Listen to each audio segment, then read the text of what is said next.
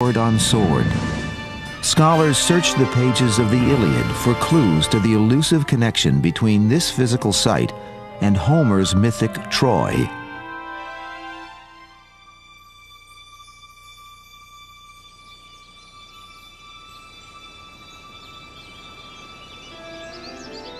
According to Homer, ancient Troy was a glittering city. It was beautifully wrought. It had palaces of gold and great walls all around. The sun shone and the crops were bountiful. The river Scamander, the lifeblood of Troy, flowed through the plains to the sea which lay at the gates of the city Homer called Ilium. And Zeus, the immortal Greek god, smiled down on the Trojans from Mount Olympus. Of all the cities under the sun and starry skies, wherever men who walk the earth have dwelled, I honor sacred Ilium most with my immortal heart. The Iliad, Book 2.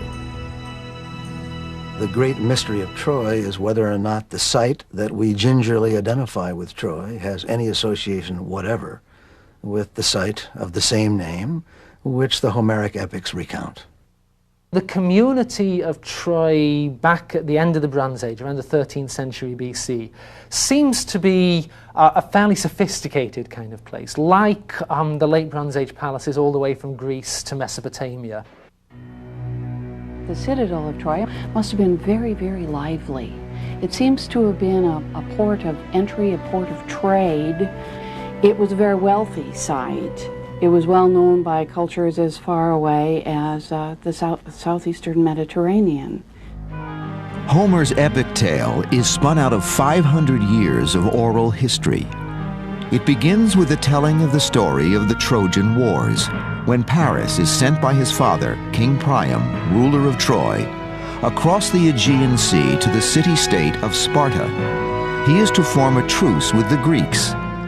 His mission would result in anything but peace.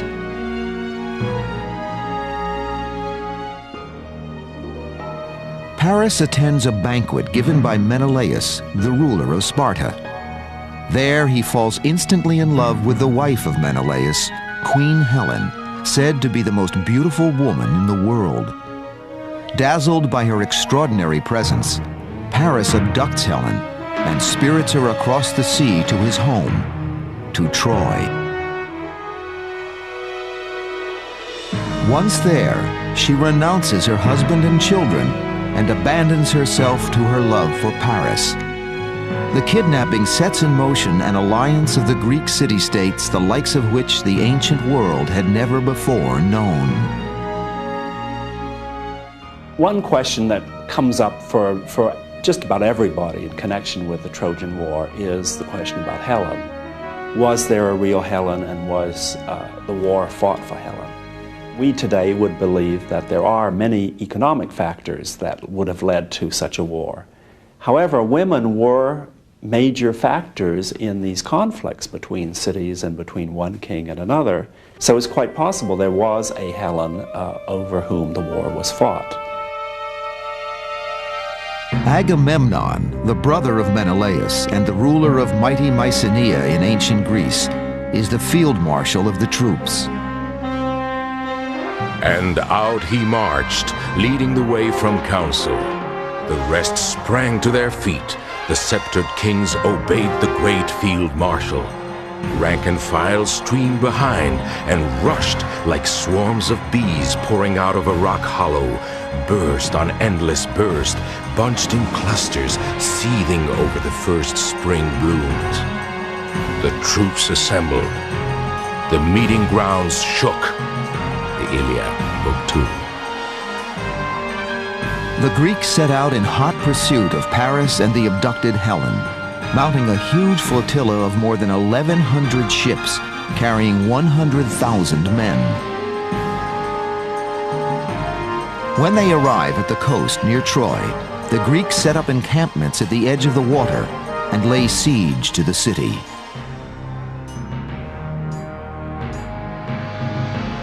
In the 9th year of the Trojan War, the Greeks hatch a plot inspired by one of their greatest military commanders. Odysseus, also known as Ulysses, conceives an ingenious plan. He orders the construction of a huge horse made of wood. We have no direct evidence for a Trojan horse. I think probably most specialists would at least raise an eyebrow over this and be just a little bit skeptical. The labor takes 3 days. When the beast is finished, the Greeks wait for night and deposit this horse outside the gates of Troy. The construction is designed to seem like a peace offering. The Trojans regard the horse as a sacred beast, but unbeknownst to the Trojans, it is filled with Greek soldiers. The Greeks then retreat to the coast and by all appearances set sail for home in the few ships that remain.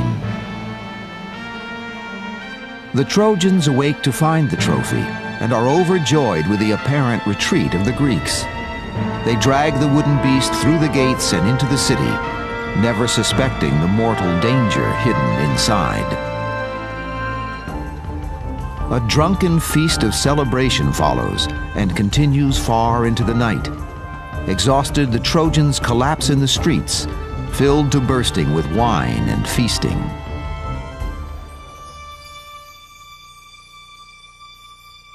As the night waits for the break of day, so do the Greek soldiers hiding in the great wooden creation, a creation that will be known forever as the Trojan Horse. Finally, the rays of the new day break over Troy. The warriors secreted in the belly of the beast crawl out of their hiding place and throw open the gates of the city. The Greeks slaughter the startled Trojans without mercy, killing the men, enslaving the women and children. Makes no sense to us. The war ends with this big horse that the Trojans are so foolish they don't even open the doors on the side and look inside it. Cities tend to get taken in Greek stories through trickery, and in actual Greek history too, through trickery rather than through a direct assault. Odysseus is the master trickster of ancient Greek history. Therefore, it makes sense that he would come up with a master trick to take the city. When the carnage is over, only Helen is left alive. Her husband Menelaus is about to kill her, but is so dazzled by the beauty of her naked breast that he drops his sword and falls to his knees at her feet. This is the story of Troy as recounted by Homer. Is it history or is it myth? Mysteries of Troy evoke intense interest on the part of classicists and archaeologists, even those who are just faintly interested in the literature of the period, because the story is so good and the heroic characters are so interesting in their own right that nobody wants the site itself or the story itself to be pure fiction. A glittering city on a Turkish hilltop. A woman so beautiful that her face launched 1,000 ships, and a mysterious weaver of the legend who wrote it all. Parts of a puzzle that seem to get more complicated with each piece that is put in place.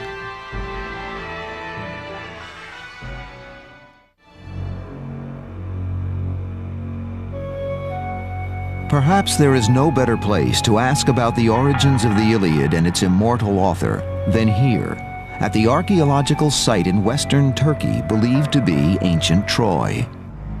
But the search for the origins of the poet known as Homer takes us back in time to the 13th century before Christ, when the legend of the Iliad was born.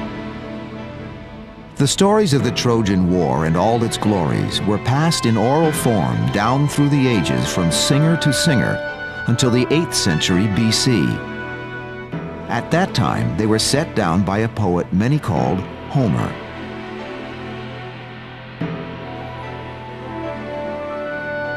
Homer is an incredible personal genius, and this particular telling, this particular singing of the Iliad, and perhaps also of the Odyssey, made everybody's hair stand on end. They couldn't forget it. Someone was able to capture it in writing and did.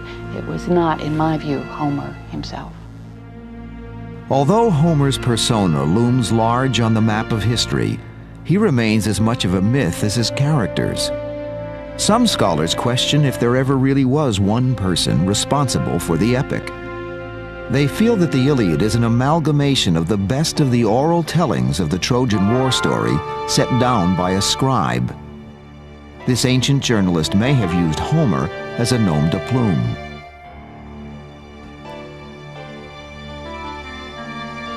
The traditions had it that he was a blind poet, that he was inspired by the muses, by the gods of poetry and music and so on, and they put all this poetry into his head.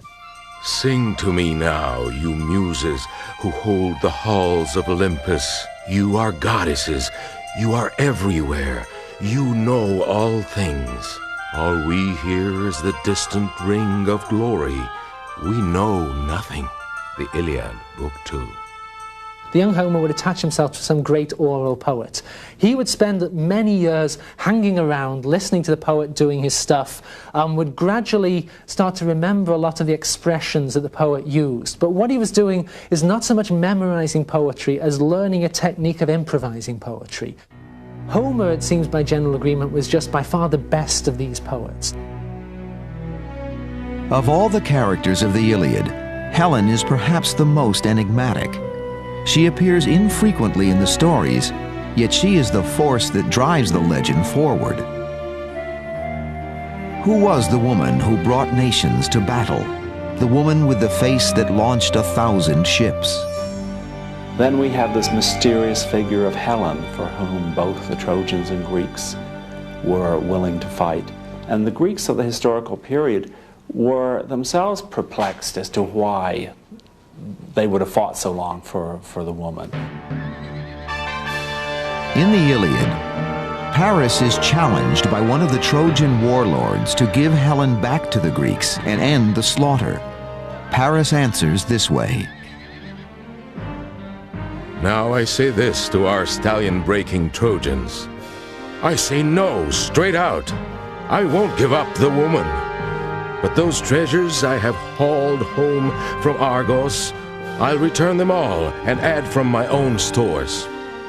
The Iliad, Book 7. Over the ages, myth has built on myth.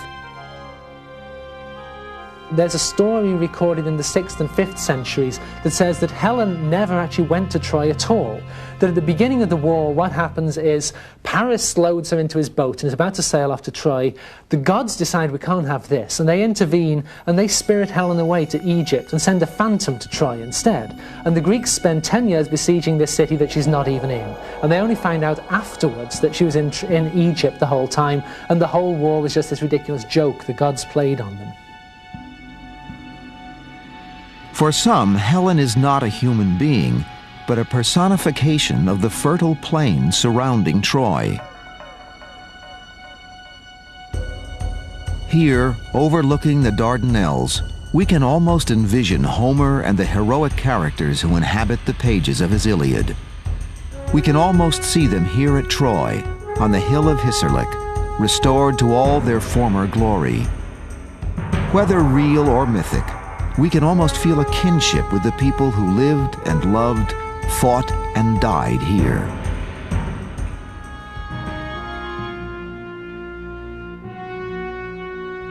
What can all the ancient artifacts tell us of this city that vanished so long ago? Archaeologists at Troy continue to uncover the bones of people and animals.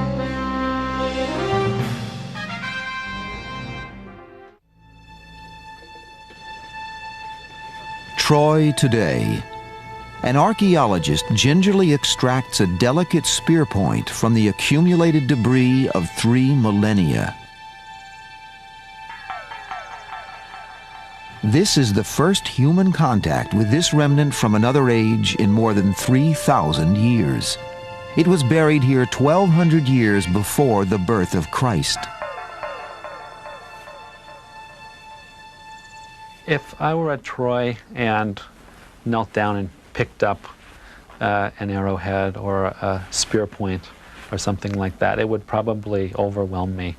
And I have a feeling that what would happen is that many of the stories that I'm familiar with from the Iliad would come flooding back sort of into my mind, and I would almost be recreating, for myself a lot of the events that Homer talks about in the poem. This spear tip and all the implements of this time were made of an alloy of copper and tin called bronze. This metal gave its name to the entire age.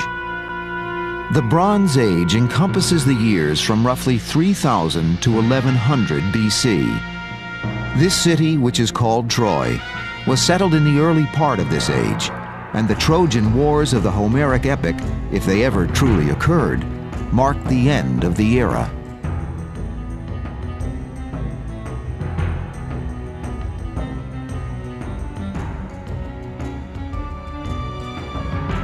The early Trojans were a combination of two peoples. The Thracians came to Troy from what is now continental Greece and Turkey across the Dardanelles.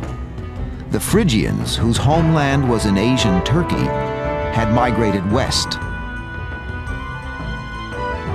The first habitation at Troy dates to 3200 BC, fully 2,000 years before Homer's legend takes place. The city was situated at the edge of Asia Minor on the mouth of the Dardanelles. Through the centuries, they enjoyed the benefit of a strategic location.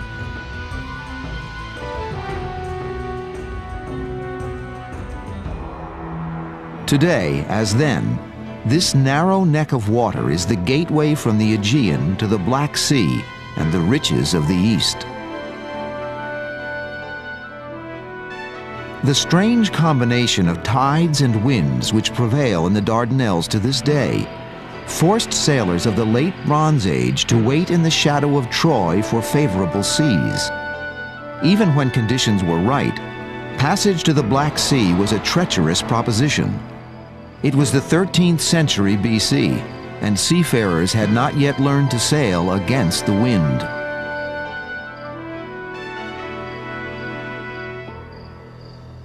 If you go to Troy now, it's quite a long way inland, several miles inland. It's very possible, though, that back in the late Bronze Age, in the 13th century BC, that the coastline, in fact, came in a lot closer. When Homer describes it, the coastline is basically a brisk walk from the walls of the city. Today, the digs at Hissarlik are about 10 kilometers from the shore. The bays Homer describes have silted in, and what were once marshlands are now fields of oats and cotton. The Hittites were the dominant civilization of the Trojan era, and their written records may provide a missing piece of the puzzle. The Hittites, in some ways, their culture seems to be rather like the Mycenaean culture. And they kept lots of records on small clay tablets. And some of these refer to a great kingdom to the west called Achilles, which sounds very similar to the ancient name for the homeland of the heroes, Achaia. And so some people think that Achilles is referring to Mycenaean Greece, Achaia.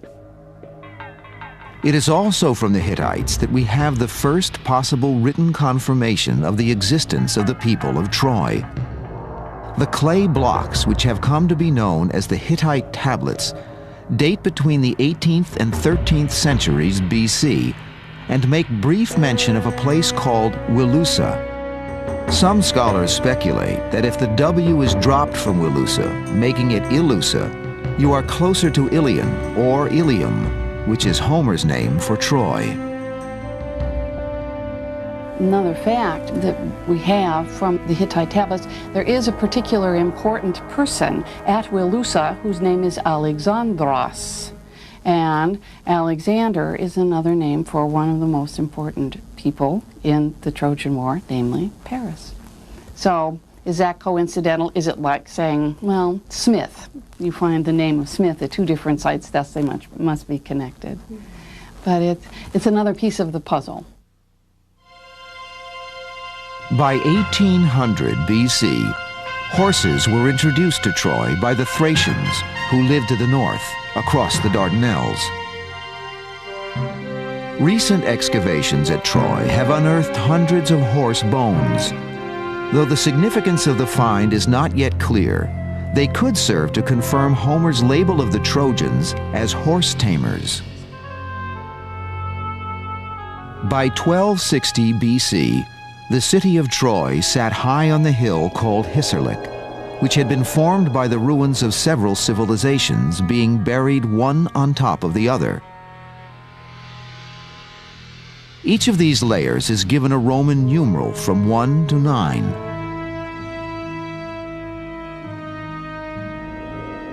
Homer's Troy is generally assigned to layers 6 and 7.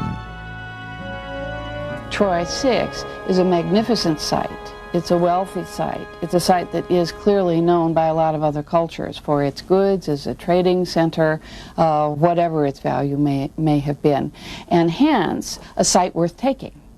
Troy 7 is a rather miserable, contracted site and not so well worth taking, but it does show signs of cluttering, of clustering of people who've come in from outside, who have embedded in the ground large storage jars in the very floor of the small little hovels that they've thrown up very quickly. It would indicate to many, it does to me, signs of siege, signs of people who regularly live outside of the fortification wall being driven inside, their conditions not being very good, but living in those conditions far preferable than the alternative, which would be death. Ultimately, the story of Homer's Troy is a story of war.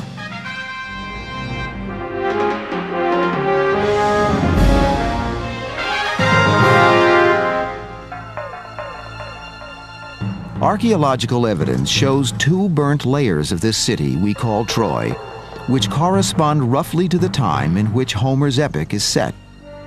These layers, together with the artifacts, point to a great conflict, a war and siege which many choose to call the Trojan War. What is there here to connect positively the hill of Hissarlik to Homer's Troy? Scholars keep returning to survey these ruins, searching for clues. The site of Hissarlik is a reasonable site for Troy because in a general way it obeys the mandates of the Homeric poems. It is a city of some dimension, which is high-walled enough to require a siege to take it. It is close enough to the sea to enable the Greeks to get to and from their ships in reasonable order, and it has a stream running through the plain, which corresponds to the stream, the Scamander, which Homer mentions in his poetry. Had it not been for Homer's great epic poem, would so much attention have been brought to bear on this Bronze Age settlement? One man changed forever our perspective on this place and this poem. In 1870, a German self-made millionaire set out to find the lost city of Homer's Troy, a well-thumbed copy of the Iliad tucked under his arm. With brutal fervor, he excavated what was then an ordinary hilltop, and in the process, pried open the lid on one of the world's most compelling historical puzzles. Until the 19th century, the only place Troy could be found was in literature and in our collective imaginations. For Troy seemed destined to be forever located only in the pages of Homer's Iliad. Then in 1872, a prosperous German merchant set off for Turkey, armed only with a copy of Homer's book. He was on a personal quest to find the legendary city. His name was Heinrich Schliemann. Some people think Schliemann was one of the world's great frauds. He was certainly one of the world's great psychotics. Whether he was a fraud is another matter. Heinrich Schliemann in the past several years has had a fairly bad press about his honesty and the way he conducted his scholarly affairs vis-a-vis his colleagues. Nonetheless, you cannot dispute the fact that insofar as Bronze Age archaeology is concerned, he kick-started it into existence. Schliemann spoke 12 languages, including Greek. This facility and a keen business sense had turned him into a millionaire at a young age. All of his accomplishments in commerce were merely a prelude to what he considered his destiny. to find the lost city of Troy. Despite the fact that mid-19th century scholars considered a belief in a physical Troy to be folly, Schliemann never gave up his stubborn contention that the real Troy lay buried somewhere in western Turkey. In 1869, Schliemann made his home base Athens, Greece. There he met and married a beautiful young Greek named Sophie.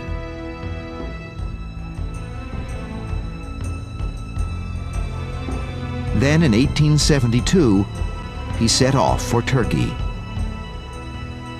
When Schliemann arrived, it was the boonies, there was nobody there, other than the Turks. There were ruins everywhere. I mean, it's very hard for an American to visualize this, but that whole part of the world, there are ruined cities every few kilometers. You come along and you'll see, just lying out of a field, you'll see a Corinthian column or something like that. While traveling through Turkey, he met an English expatriate named Frank Calvert. Calvert told Schliemann of his theory about a hill known as Hissarlik. Schliemann began applying his litmus test to Hissarlik and 2 or 3 other hills which were equally promising candidates. Using the Iliad like a treasure map, Schliemann eliminated all but Hissarlik, a mound about 130 feet high and 700 feet across.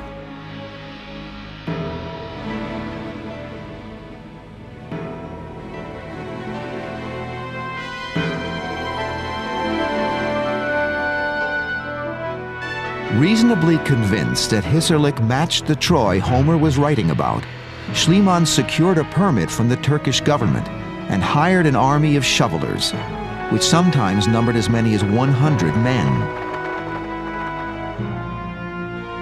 Using clever literary detection and extraordinary confidence in his own gut instinct, he found what thousands had missed through almost 18 centuries of searching. He located the physical site of what we refer to as Troy, but his excavation method was less than subtle. What happened when he started digging was that he, much to his surprise, found this tremendously complicated, tremendously deep sequence of ancient cities piled one on top of another. And he just sort of bulldozed through the middle of these things, yanking things out of the ground, demolishing buildings that got in his way, whatever struck his fancy. The farther down in the hill he dug, the cruder the material became. So what he found was not 1 Troy, but 9 Troys. And they were stacked up like a wedding cake from top to bottom, from the youngest right down to the oldest. Schliemann himself had no idea what he discovered. By May of 1873, Schliemann and his crew of shovelers had been at work several months. One day, he dismissed the workmen early. Something had caught his eye. According to the account in his diary, Schliemann jumped into the trench and began clawing the earth, shoveling, ripping material away to get at the glimmering objects buried there. From the dust of ages, he extracted a hoard of gold. There were cups, brooches, other jewels, and more than 8,000 gold beads.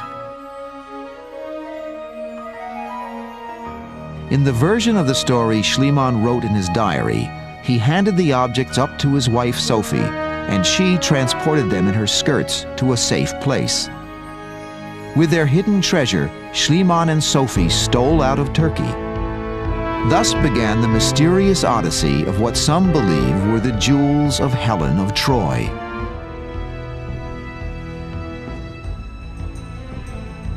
While in Greece, Schliemann photographed his wife Sophie in the jewelry, calling the headdress which he himself had fashioned from the loose gold beads the crown of Helen.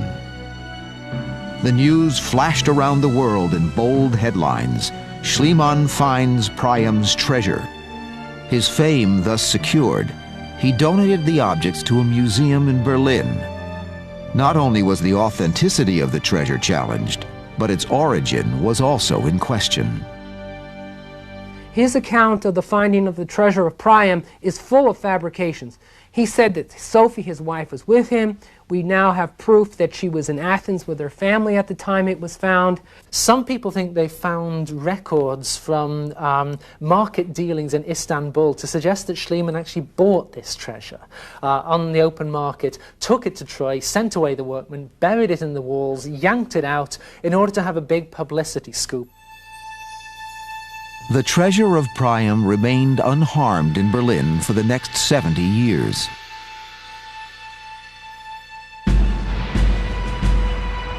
Then, in 1943, Hitler ordered all German art treasures crated, catalogued, and secured in various bunkers and repositories around Germany. But then Berlin was liberated in 1945. The treasure vanished.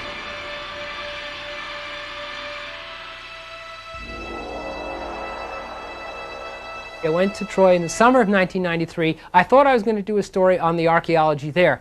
The day before I get there, the Russians announce that they found Schliemann's long-lost treasure of the so-called treasure of Priam. The Russians admitted that the treasure was found in the basement of the Pushkin Museum. Had it been kept there since the end of the war?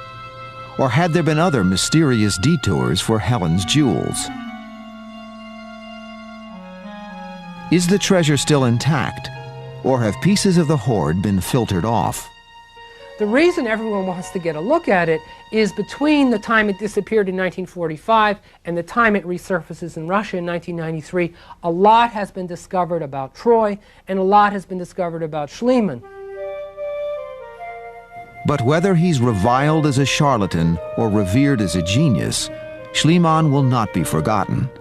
He died in Naples, Italy in 1890. Each day, archaeologists work at Troy. They are confronted with a ditch that in some places is 50 feet wide and 100 feet deep.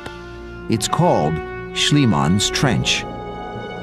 This savage scar that tears through the middle of Hissarlik is the legacy of Schliemann's discovery. This ancient city that may well be Homer's legendary Troy. To the world in the last part of the 19th century, the hill of Hissarlik was an exotic place, wrapped in puzzles and promises. It was a powerful draw for other archaeologists of the day. One of them was Wilhelm Dorpfeld, a German architect. Dorpfeld was no newcomer to Troy. He had accompanied Schliemann on his last 2 digs. In 1893, Dorpfeld returned to the site alone. He was trying to reconcile the small 2-acre area that Schliemann had uncovered with Homer's description of the great city of Troy sprinkled throughout the Iliad. You get this vision from Homer of this grand place with enormous fortification walls, and when you get there, it's probably not much bigger than the size of a football field inside these walls of Troy. It's hard to imagine all the action of the Iliad taking place there. Schliemann, and then Dorpfeld after him, suspected that the walled city Homer wrote about was the uppermost and innermost ring of habitation on Hissarlik. It is called the Citadel, and it would have accommodated about 1,000 people. Dorpfeld began excavating outside the Citadel wall. There he found larger rectangular houses on a terraced landscape surrounded by a magnificent masonry wall. What he didn't realize was that beyond this second ring of habitation, there was an even larger part of the settlement that would not be found for almost 100 years. In 1990, the current archaeological team at Troy discovered the foundation of the true outer wall of the city. Scientists mapped a barrier almost 1/4 of a mile from the center of the city. They actually dug away. They didn't find a wall, they found a trench. A ditch actually cut into the bedrock. And the archaeologists now think that that was the face of the wall. That if you want to make a high wall, dig a ditch in front of it and then put the wall behind it. And that makes the wall that much higher, that much harder to climb over. And that's what they found. And that makes Troy a much bigger place. it makes it a more suitable candidate for Homer's Troy. At last, a true picture of Troy begins to emerge. This new find reflects a settlement of perhaps 6,000 people. Science is closing in on the mystery of Troy.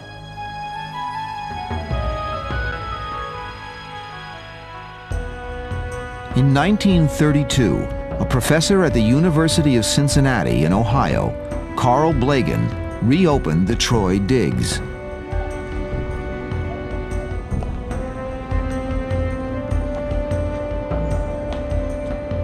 When Blagan took over the dig at Troy, it was said that the site was a ruin of a ruin. He set up the task of organizing the very pieces of archaeological evidence that Schliemann and Dorpfeld had unearthed. I mean, most laymen come to archaeological museums, they see these pottery bits and their eyes glaze over. Carl Blagan was a master. You could dump a truckload of pottery bits on a big table, and Carl Blagan could walk down the table sorting them out by time, just by looking at them. In 1939, he set off for western Greece, looking for the elusive connection that would link the Mycenaeans to the site at Troy. There he had what has been described as the most remarkable first day in the history of archaeology. While digging in an olive grove, Blagan stumbled upon 600 clay tablets in an indecipherable language, later called Linear B. These were later dated to the 13th century BC. Could this be the written proof that would place the Mycenaean Greeks on the shores of the Dardanelles and thus bring Homer's Iliad closer to factual history?